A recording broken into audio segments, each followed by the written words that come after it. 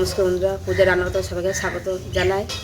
আজকে নিয়ে রূপচাঁদা মাছ নিয়েছি, বড় মাছই, তার জন্য এই মশলা নিয়ে নিয়েছি, সব রান্না করবো।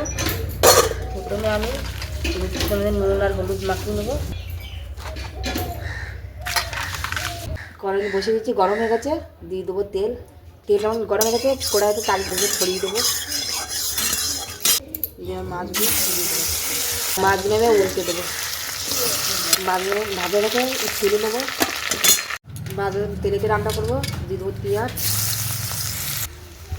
দিয়ে দেবো রসুন, দিয়ে টমেটো কুচি, লঙ্কা, আদা বাটা দিয়ে দেবো,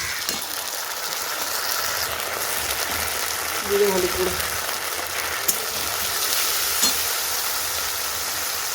দিয়ে জিরে গুঁড়ো, দিয়ে স্বাদ মতো লবণ, দিয়ে দেবো ধনে পাতা। মশলা করা হয়ে গেছে, দিয়ে আবার দিয়ে দেবো জল।